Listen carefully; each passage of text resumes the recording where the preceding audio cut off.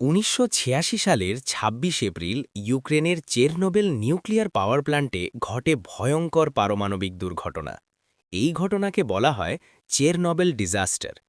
Reactor বিস্ফোরণের পর আশেপাশের এলাকা তীব্র তেজস্ক্রিয়তায় ভরে যায়। তখনই তৈরি করা হয় একটি বিশাল নিষিদ্ধ এলাকা, যার নাম চেরনোবেল এক্সক্লুশন জোন।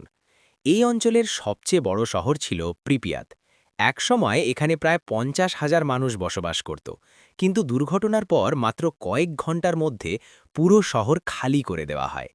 আজও সেই শহরের স্কুল, হাসপাতাল, পার্ক সবকিছু ঠিক আগের মতোই পড়ে আছে, কিন্তু সেখানে কোনো মানুষ নেই। কিছু মানুষ দাবি করে যে এই এলাকায় অদ্ভুত শব্দ শোনা যায়, আবার কেউ কেউ বলে সেখানে অস্বাভাবিক প্রাণী দেখা গেছে।